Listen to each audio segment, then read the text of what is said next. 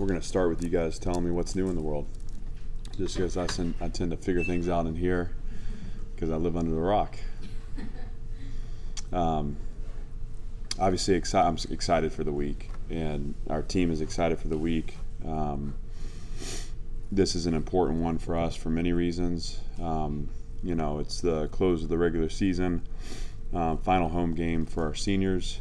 There are a number of guys that will be honored Saturday that have poured a lot into our program, and I think senior days anymore can get a little crazy just with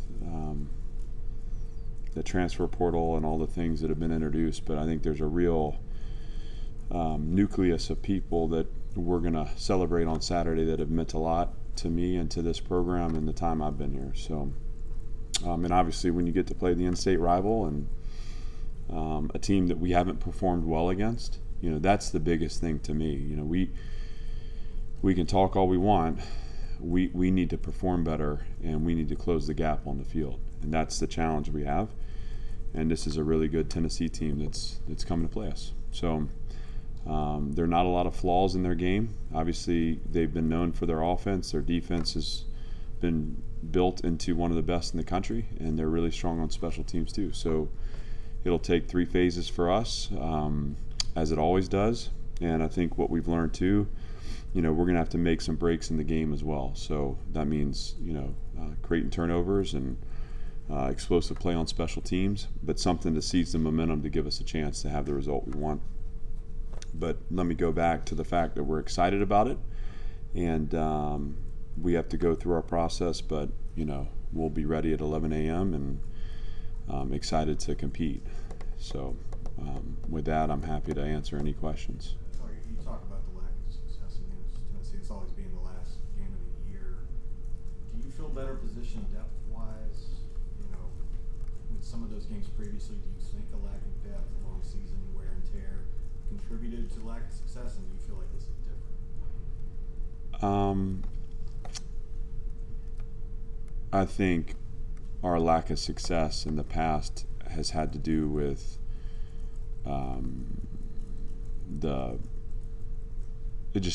level of play within our program. Honestly, I think depth obviously comes into play, absolutely, and that's true of both teams. I think quality depth too is another thing, and you can look in our league, and I think that's a challenge for us.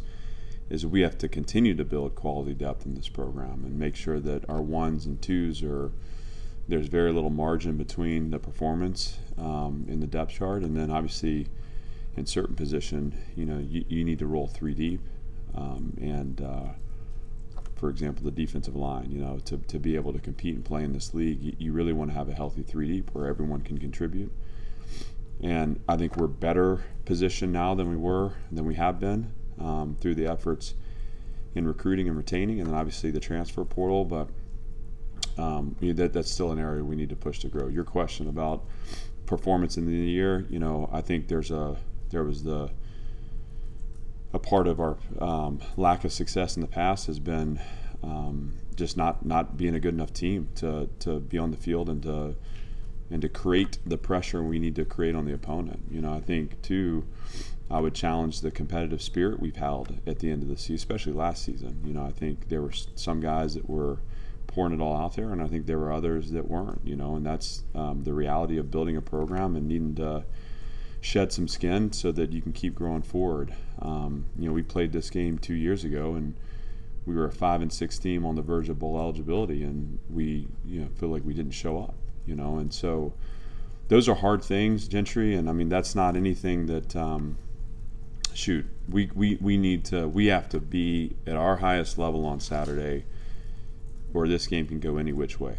That's how good they are. But we're good and dangerous too when we played our identity and played our strategy, and like I said, create some momentum plays within a game. And that's what we're setting out to do. And I challenged the coaches on really Saturday after the game, and then again on Sunday. I challenged the team this morning.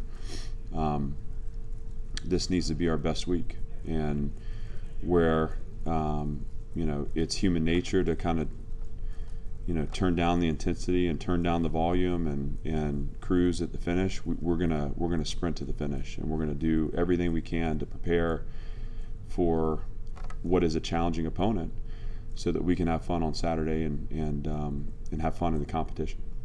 How do you get the offense functioning back how it was to you maybe like 6 weeks ago or whatever, when Diego looks like he can't really move? Yeah, I mean, I think Diego's limited. There's still an ability for him to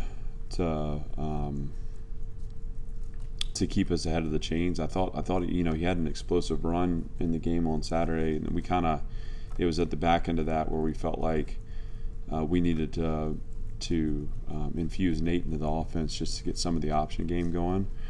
But if he's out there, it's because he's going to be able to keep us ahead of the chains and keep us on the field. I think the challenge of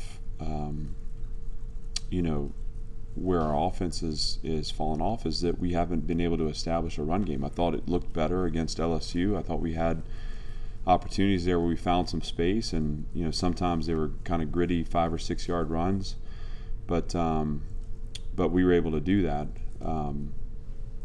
We have to commit to that. We have to design success. So whether it's formation, motion, or just the play to create the leverage advantage we need to win the point of attack, we got to play better in the front. That's been a push internally really since the Auburn game is, how do we strengthen our play up front? I know, I thought the O-line had a good bye week. I thought they played better against LSU, but obviously this will be a real challenge for them facing a good defensive line. So we need them to show up and play at their highest level. And then we have to capitalize on our opportunities. So, for us offensively, with where our program is right now, possession is the number one priority. That we want to maintain the possession of the ball. We want to extend drives, and that means multiple first downs and being able to flip the field and play a field position game.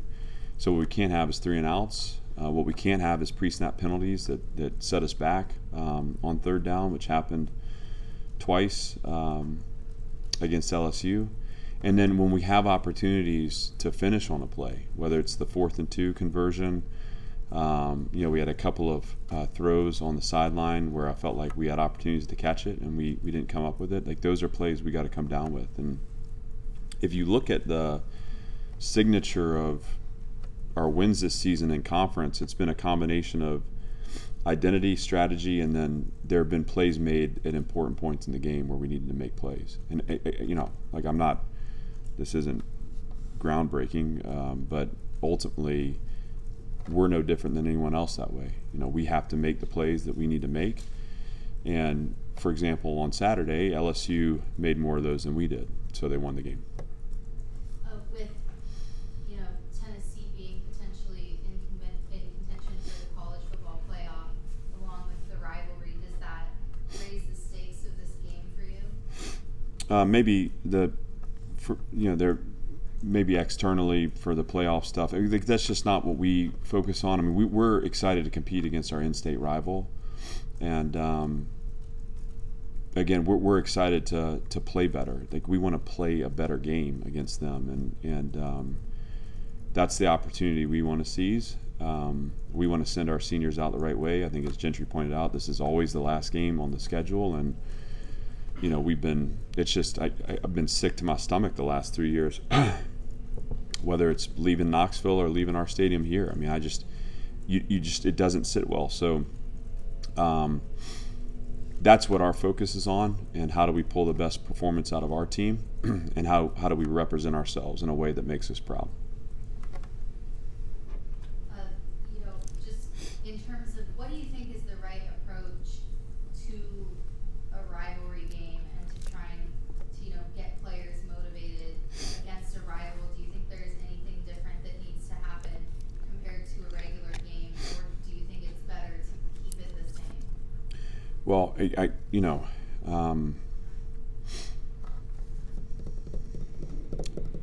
the era of college football is such that, again, you have so much roster transition that I think some of the rivalries can be lost.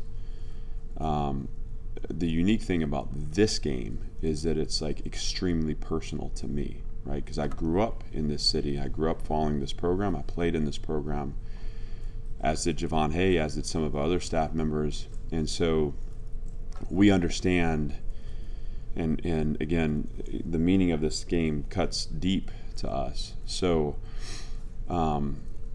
my job is to communicate that and to communicate how important it is as a member of this football program that we prepare in a way and show up in a way that represents and reflects the pride of the Vanderbilt community and our university. And so maybe it's a little old school, but that stuff still matters to me.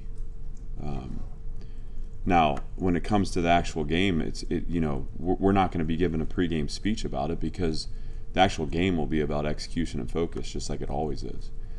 I think what you want to understand in the emotional parts of this is how you channel that into energy in your preparation. And I think the more you can do that, when the ball's put on the tee and it's kicked off, all the rest of it goes out the window. So, but they know, and we've talked a lot about it. We'll continue to talk about the importance of this game, and to be honest with you, again, performing better in it. That message was loud and clear yesterday. It was loud and clear today, and we'll continue that way through the week. Seems like the run defense has declined some the last two games. How do you guys improve there, and what's the level of priority given Dylan Sampson is on there? Yeah, he's one of the best in the country, we have, against South Carolina, I felt like we had a couple of big breakdowns in our structure with two chunk runs. One went for a touchdown. I think one was down before it got to the end zone, but set up a score. Both were split safety defenses, but they're sound structures, and we fit them fine through the season. So that's not a matter of what you're playing. Again, one thing that helps us to be successful is the more space we can eliminate pre-snap, the better we can down the ball post-snap. So rotating a safety and playing a loaded box does help. But in today's college football, you've got to be able to play quarters and quarter half and feel like you can hold up against the run. So it's not that we're making calls that compromise the integrity of a run structure. It's that we have not executed at a level against talented running backs, and it's cost us. So I can go into the details of the quarters fit where we got to leverage the ball outside in at safety. We got to stay on our feet and tackle it. We got to compress the seams inside out and outside in up front to give ourselves a chance to down the ball. And it still may be a 4-yard gain, but we're not talking about it if it's a 4-yard gain. There was a cloud corner in the South Carolina game where, we're getting the end of our line of scrimmage reached, and he snatches in too early, which creates a short edge, which means the ball punctures before the corner can get to it. That's a fundamental technical thing. And again, when you play against good backs, they make you pay for it. In the LSU game, I believe they had 150-something yards, 40 of which came on 2 plays that went for touchdowns. One of them was quarters, where we were just out of our structure. We just didn't execute the call, and he was able to pop through a seam and find his way to the end zone. And the other was quarter half, and our linebacker needs to spill the ball to the corner, and he ended up outside, and the ball punctured vertical. Those are just things that we can do that if we play within our structure, the ball's downed.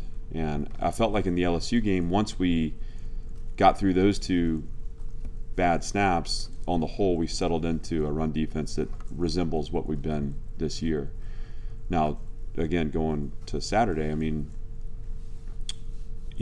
if you don't fit in the right way against this team, so there's 2 things to this. There's horizontal stretch in the formation, and there's vertical puncture of the run game. And so the splits pull you apart, and the run game is meant to go downhill. And again, if you're not really skilled at playing square up front and low and long, and they can move you, and you get turned and washed, he will score touchdowns.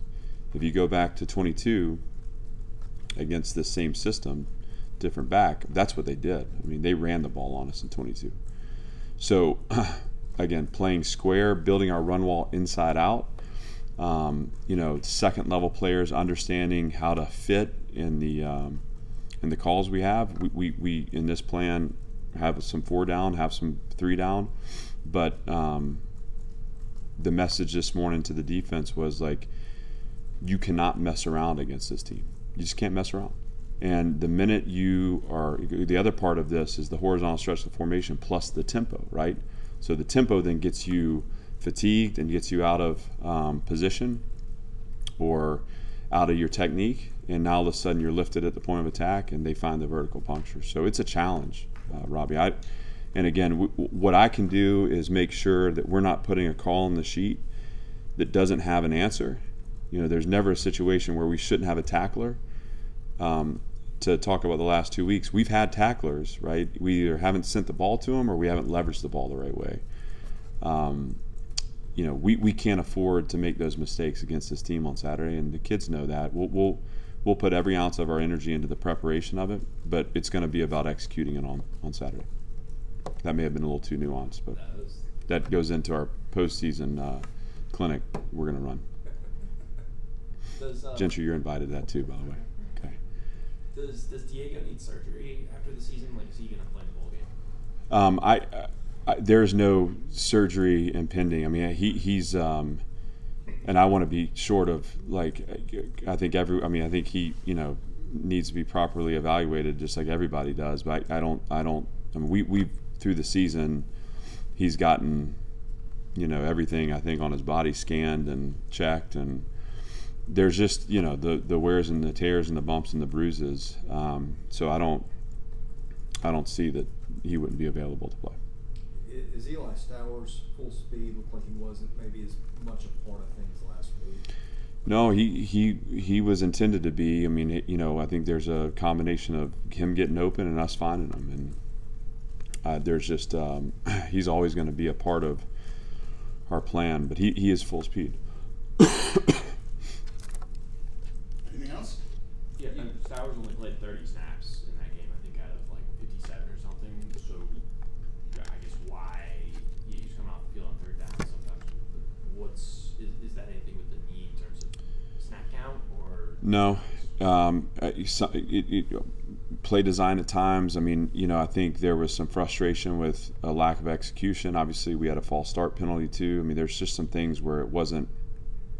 I don't think it was the best performance, but the decision that our offensive staff makes on who's in the game. I mean, it's for him. This is not about somehow protecting an injury or anything like that. It's either design relative or performance relative. But he was out there today making all kinds of plays. So I'm expecting them to have a great game on Saturday.